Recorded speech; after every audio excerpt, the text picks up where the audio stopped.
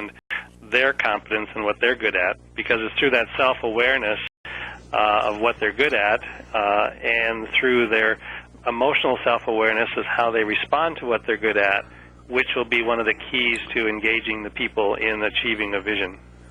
All right. We have a question from Mexico, from Centro de Educación Tecnológico Industrial. Come in, please.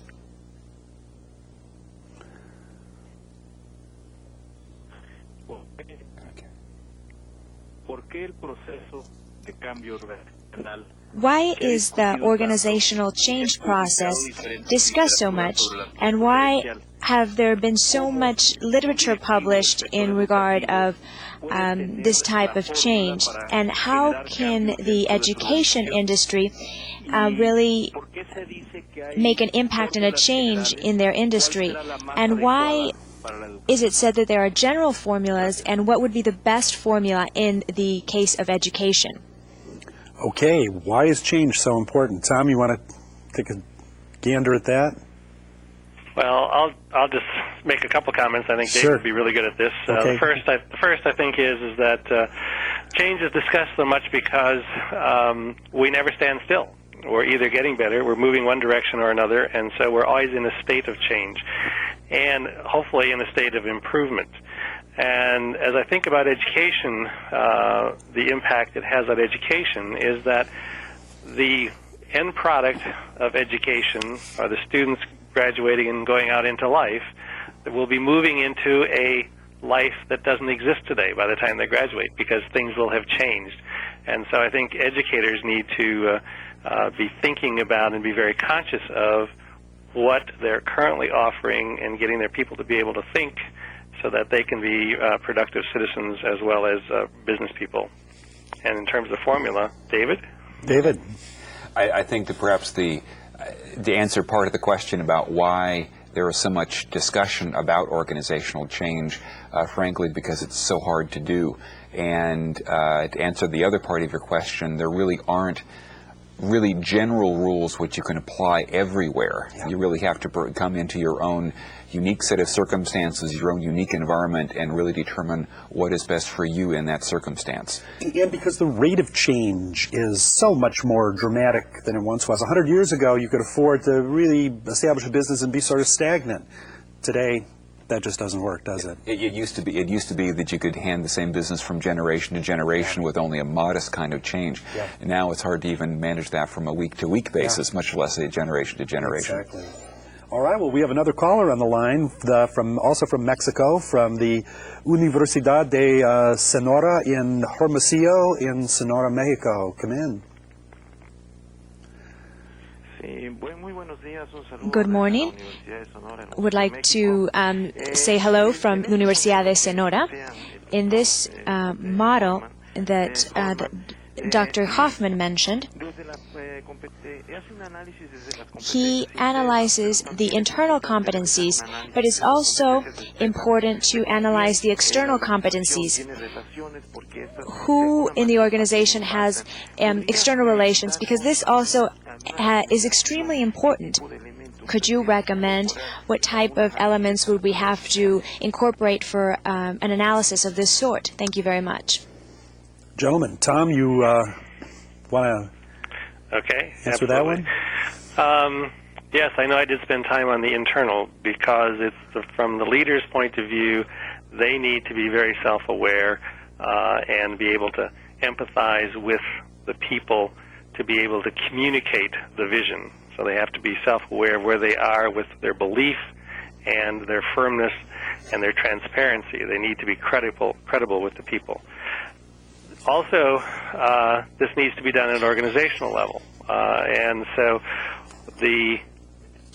what are the current underlying values or the culture of the organization? How is that expressed?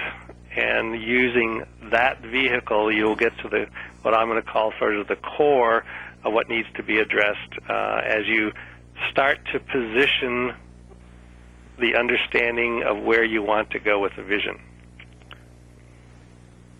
And I would add to that again, this is a hard animal to do because sometimes you can really get with some nasty surprises when you do this. But the most important thing is, from an external perspective, is to be looking at other companies. If you've been part of the previous video conferences, Jerry Finnegan has done a very good job in regards to benchmarking and competitive intelligence. And I think going along that particular kind of route, however uncomfortable that can be at times, is very useful to define those external competencies. Good. Well, we're getting a lot of calls from Mexico this morning, and this one is from the Instituto Politécnico Nacional Educación Continua. Come in, please. Hola, muy buenos días. Good morning. Mi pregunta Good morning. es la siguiente. My question is the following. ¿Cómo enfoca nuestro ponente How does our speaker today focus this perspective with the Latin American leader while integrating working groups? Okay, so a specific question about how to implement this in Latin America. So, Tom, you want to try that one? Okay, well, one of the things that I enjoy most about the Latin Americans and working with them is their openness and their openness to the emotions. One of the vibrancies of Latin American business is also the emotion that is expressed, and so I think the issue, one of the keys is taking that emotion and being able to listen. So I'm going to do the empathy thing. So as leaders, being able to listen to what is being expressed and how it's being expressed, so that you can use that as the vehicle to engage the people. And so that is, I find, working with the Latin Americans, that you can capitalize effectively on the emotional side, and that's where we make the connections as we are going to implement anything. Very interesting. I think there are a couple of other additional challenges in dealing with that. First of all, if you're working in an organization who has whose leader is a very dominant and commanding personality, patron, if you will, in that parlance, I think that's going to be both an advantage, because he can, in essence, he can say, this is what has to be done, and so we have to go do it. On the other hand, is that when his idea has problems with it, he's not going to be receiving a lot of feedback from employees to try to correct what he actually wants initially to do. And very interesting. Well, we have another Mexican caller on the line from Puebla, from the Universidad Tecnológico de Tecamachaco in Tecamachaco, Puebla. Come in and ask your question, please. Thank you. Good morning. Our question is the following. The traditional customs in certain countries really are an obstacle for vision and for implementing vision. What strategies can we implement to really push this vision in the education sector? Thank you. David, what about that? Some traditional cultures, less modern cultures perhaps, might adopt change a bit more slowly. And almost for certain that is going to happen, because they're used to, based upon what you're talking about, used to a less rapid pace of change in terms of what they do. It simply comes back down to necessity. If they need to change quickly and they wish to survive and grow in the current environment, they must change quickly. And that may be uncomfortable for them. And gentlemen, how do you convince people that have always done something in a traditional fashion and it's worked for them that change is going to be necessary before it hits them over the head? Tom, do you have a solution to that problem? I'd love to have the solution. I'm not sure I have the solution, Peter, but I do think that one of the questions you have to ask them is, are they fulfilling their own personal visions? Because underneath that question, or in the response to that question, they may find that there are some things that they have to change, or that might need to be modified for them even to achieve their own personal visions. Having cracked that nut, or having just opened that door a little bit, that gives you part of the vehicle to start talking about it at an organizational level. All right. I think one thing to add to that as well Please. is that if you actually do that, I think you need to provide both a good example and a bad example. Right. Yeah, very good. Well, we have a caller from the Caribbean, from Santo Domingo, from Codatel. Come in, please.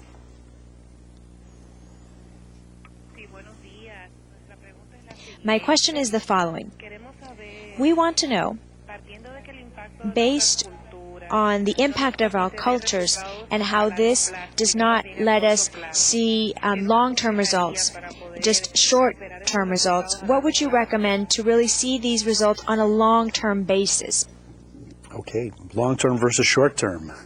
I thought only the states had that kind of a problem. It's a matter of, in large part, organizational change, besides consensus building and the vision thing, is purely and simply good project management. What kind of step-by-step things do you have to do? How do you know that you're succeeding? How do you know that you're not? And you can develop those kind of plans, frankly, both for the short term and the long term.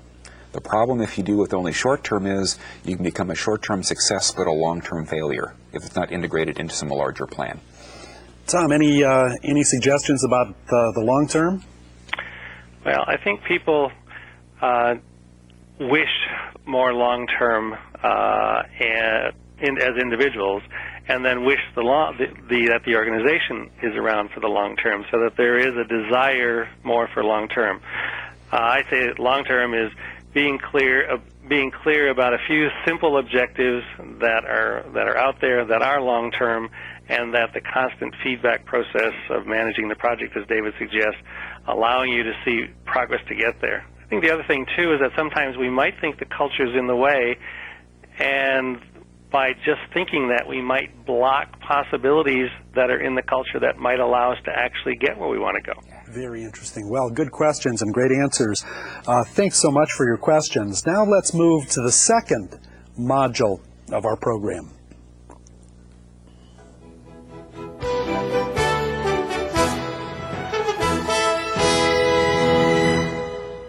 Thank you. In this segment, I will describe how organizational change is a key element in developing and successfully implementing a vision. I'll describe what the literature and managerial practice have shown to be key to successful organizational change in many kinds of organizations, whether it be in the educational, business, or government sector. I'll also give you an example of how one organization used this process to generate a productive outcome. We have found there are 4 keys to organizational success: framework and systems, assessment and measurement, teamwork and consensus, and training and learning. For this presentation, I will focus on 2 of them: framework and systems, and assessment and measurement. 2 of the key ingredients in translating vision into increased productivity. Framework and systems, or architecture as Tom called it, is the key ingredient to successfully planning organizational change. As you might recall from one of my previous ITC presentations, these framework methods of changing organizations fall into 4 broad categories: shaping and anticipating the future, otherwise known as Level 1; defining what businesses to be in, otherwise known as Level 2 work; re-engineering internal processes, known as Level 3 work; and incrementally improving processes, known as Level 4 work.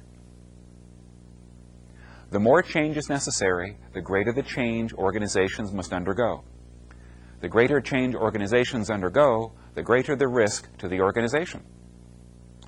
Whenever dealing with vision, you are dealing with Level 1 and Level 2 work. And the greater the performance gap Tom mentioned between an organization's future vision and its current capabilities, the greater the need for change. Let's first talk in more detail about these levels and show how developing a vision fits in. Level 1 work is the most fundamental level of what an organization can work at. Depending on the outcomes, an organization may substantially change its company direction and purpose. Creating these scenarios involves creating multiple stories of what the future might be and assessing how the future might affect your organization. As the future is not entirely predictable, creating these multiple stories allows the organization to change direction when its indicators say a particular future is unfolding. It can then take advantage of what opportunities may come about from this particular future. Using scenario planning allows the organization to make concrete and visible what events people believe will happen.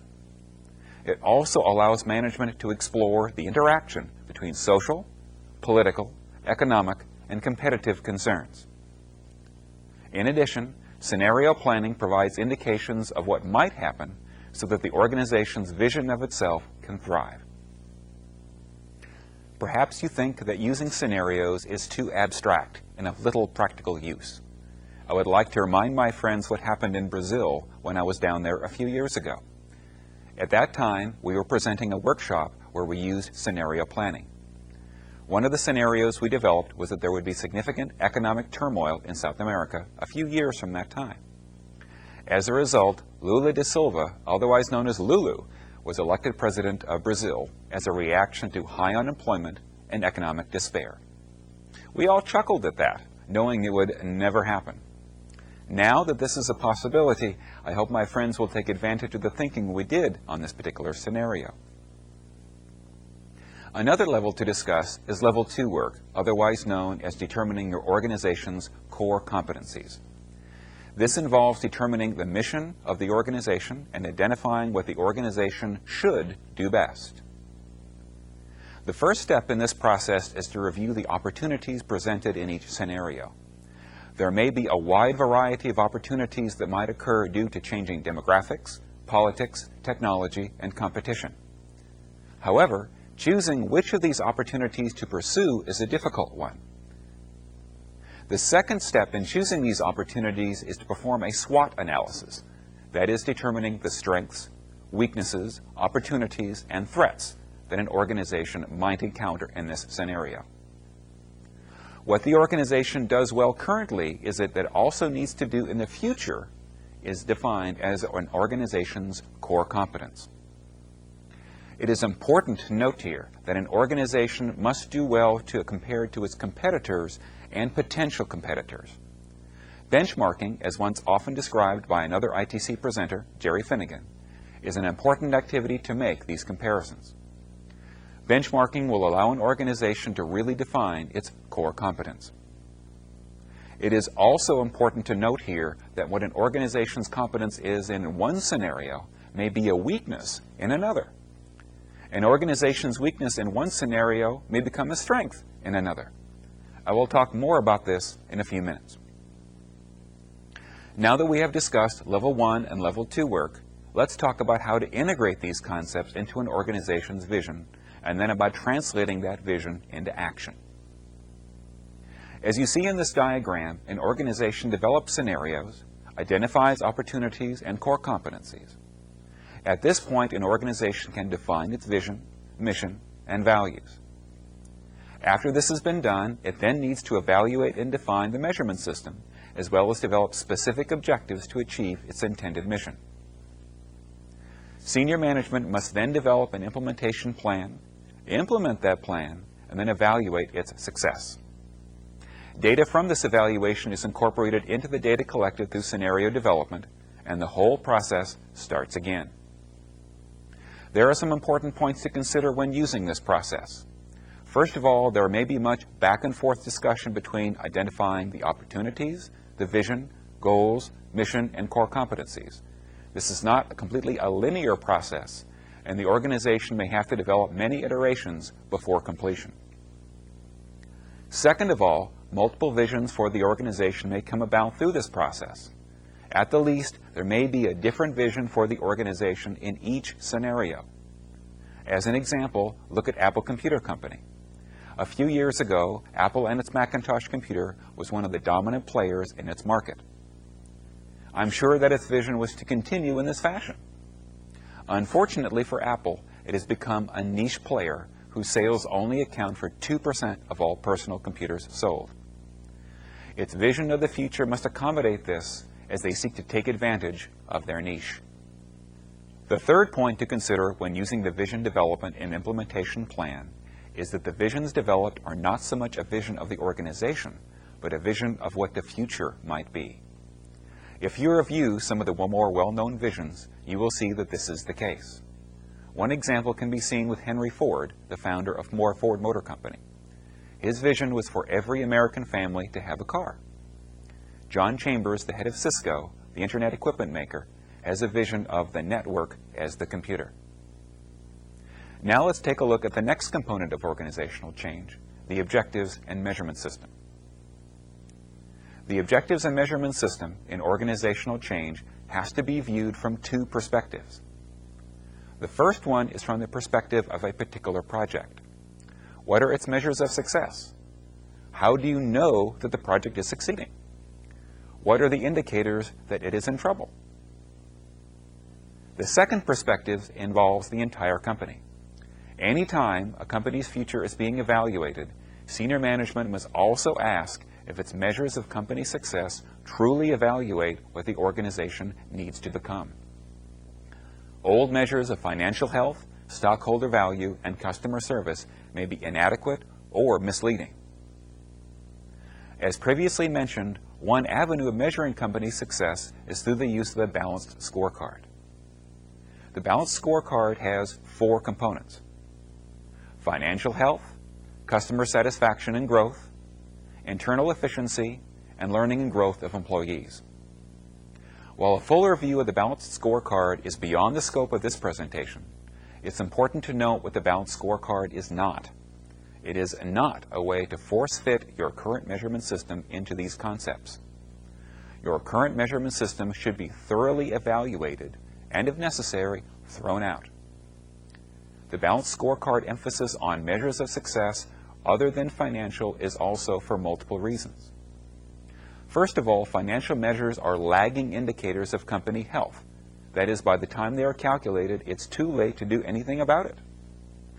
By creating a balanced scorecard using leading indicators, organizations can get a heads up as to oncoming trouble.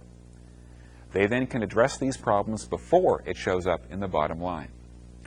As you can see in this graphic, the measures of learning and growth, that is, the human resource element of the organization, provides the earliest indicator of problems in the organization.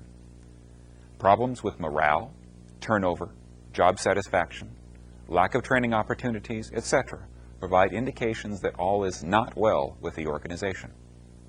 These problems then show up in measures of internal efficiency, such as poor quality, production problems, late deliveries, etc. These issues can cause problems with the organization's customers, whose abandonment of the organization's products causes financial measures to decline. Let's now take a look at the next step, developing the implementation plan. We have found that the success of any organizational change in implementing a vision is caused by several factors, what we call the equation of change. These factors are measurement, technique, control, focused persistence, resources, and consensus. The measurement factor is the degree to which your organization accurately and reliably measures the right aspects of its organization. I've already discussed how to do this by using the balanced scorecard. The second factor is technique. How effective are the techniques you're using to make successful organizational change? This also involves the knowledge, skills, and practices that Tom discussed previously. The third factor is control. How much do you control the means to make change happen?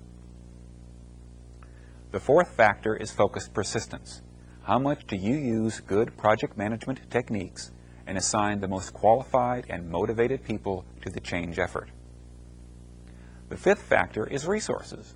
To what extent do you give your teams sufficient time, information, money, access, and equipment to do the job right? Whether it is openly discussed or not, the amount of resources is a true measure of an organization's commitment to change. The last factor is the most important but the hardest to quantify: consensus. To what degree do influential and powerful people in your organization agree with and promote the organizational changes you are considering? Like any equation, the greater each factor, the greater the chances for success. The effects are synergistic. However, like any equation using multiplication, if one factor is 0, the chances of success are 0. For the moment, though, I've talked enough about concepts, processes, and other abstract ideas. Let's talk more about a concrete example. One of my organization's clients is a large producer of the world's oil, whose resources are mostly in the Middle East. As part of a workshop, we developed 4 scenarios for them. The organization then developed strategic plans in response to each of these scenarios. As an added bit of information, there has recently been much publicity regarding new biotechnologies to produce plastics and energy-bearing oils from plant materials. Let's first talk about these scenarios, all of which would take place about 10 years from now. The first scenario is what we call the status quo. In this scenario, oil prices have stabilized between $32 and $35 a barrel. Alternative fuels are not economically viable, and significant new resources of oil have not been found.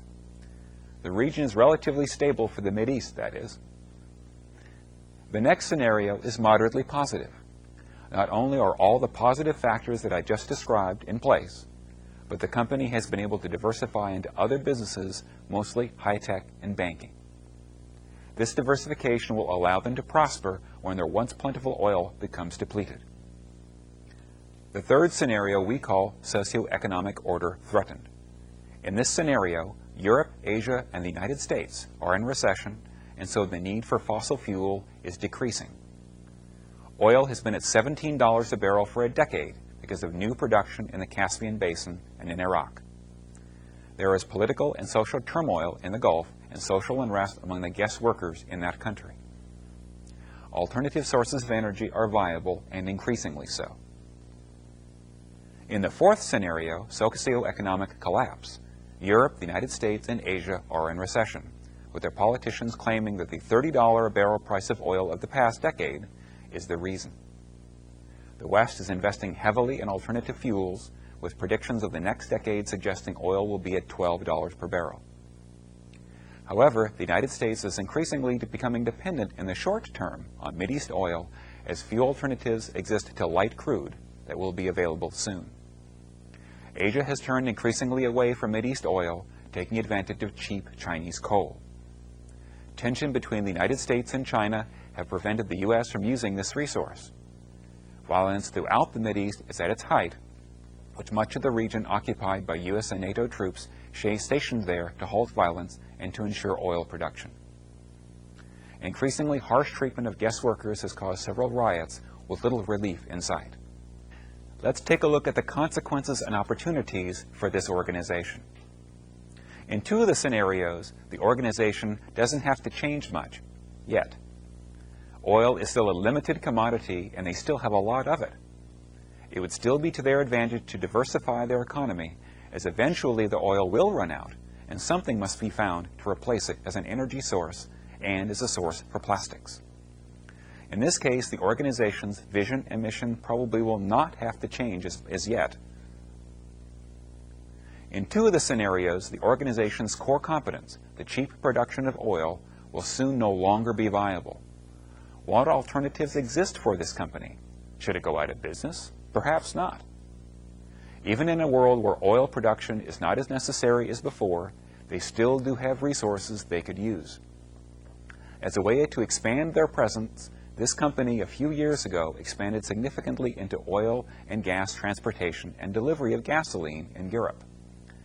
While alternative fuels might significantly reduce the need for gasoline, there still might be a need to deliver some kind of fuel, perhaps hydrogen, to consumers and liquefied natural gas to power plants.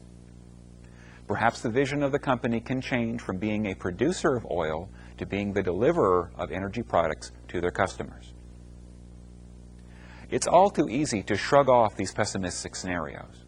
I can almost guarantee you that these scenarios will not come about, or that even some aspects of one scenario will happen. However, different portions of them may, and given the significant time it takes to change a company's vision and implement change, it is in the best interests of senior management to plan accordingly and to keep all of its options open.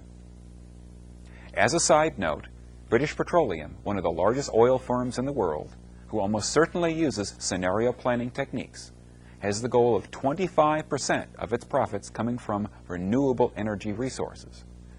It is also a heavy investor in developing fuel cells. Fuel cells allow cars to efficiently burn hydrogen instead of gasoline. Monsanto Corporation has already produced bacteria that produce plastics and has developed methods of extracting plastics from the remnants of corn production. Are these examples of foresight or folly? I can assure you that with a solid organizational change approach, such as the one I presented today, your visioning will not be folly. It will produce real outcomes and will lead to increased productivity. Thank you.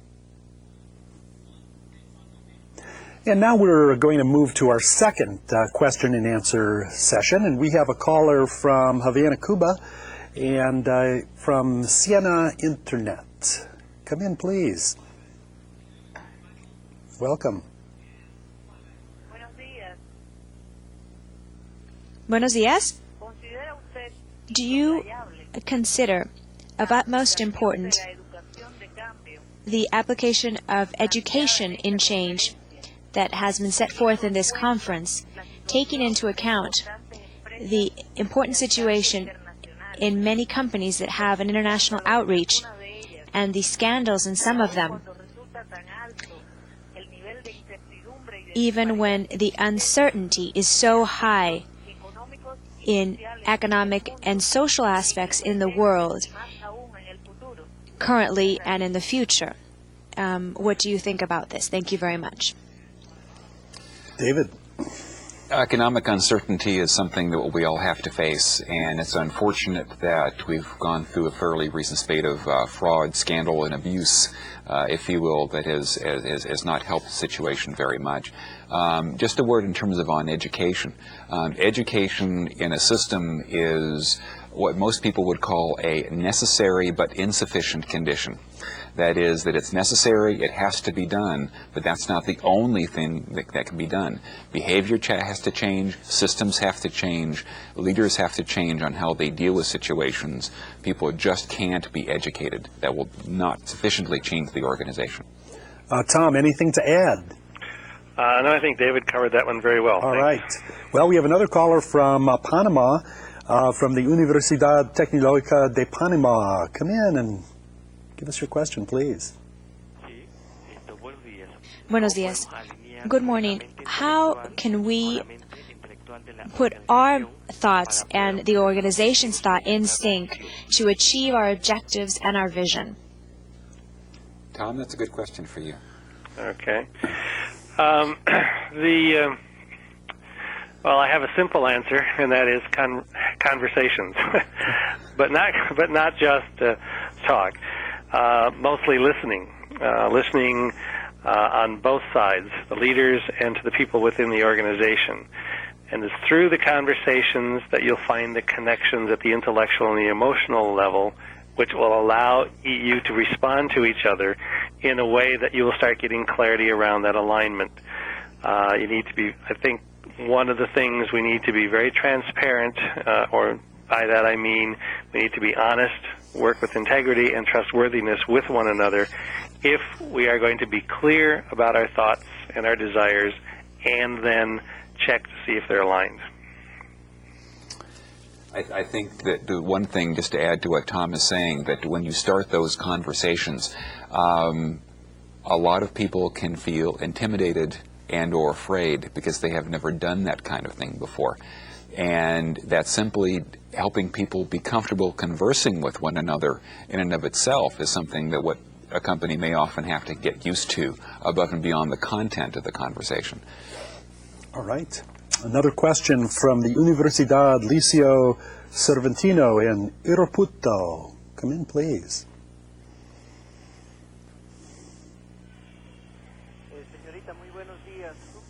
Buenos días. How can I change or accelerate the filters or ideas of a company to really put them in line with our mission and vision in the company, vision that is? All right, alignment with the mission and the vision.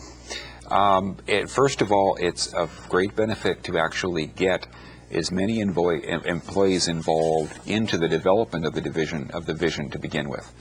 If one does not do that, what the vision is going to be of immense surprise to everyone. The second thing is, once the vision has been developed, to communicate that vision, but more specifically, not just what the vision is, but the specific things that they themselves can do to support the vision. Often that translation from vision into a specific employee's behavior is so often very hazy that people simply maybe want to implement the vision, they just don't know what to do. Sure. We have a caller from Sonora, Mexico, from the Universidad de Sonora in Hermosillo. Hello. Again, in the Universidad of Sonora, most of the literature that is available today is basically case scenarios and how to apply a vision and missions from first world countries. And a lot of countries really don't have these type of experiences, and they have to build their vision and their strategic plans. So what would be the first step of action that a company has to take to develop their vision? Thank you. Tom, you want to take a shot at that one? So I think the first thing that companies need to be grounded in is, who are they and what do they do? And it goes back to what David said in one of the earlier questions, is that what are the companies, what are the competencies, and what are they about? And they have to know where they currently are, because it's from where you currently are, understanding what you do, what your competencies are, that will allow you to find and relate to what is the gap between where you currently are and where you want to go. So you have to start there. And not only do you have to start there as a company, but as a leadership team, you have to start there. And then you move to, okay, what is it that we're passionate about, that, and where do we want to take this place?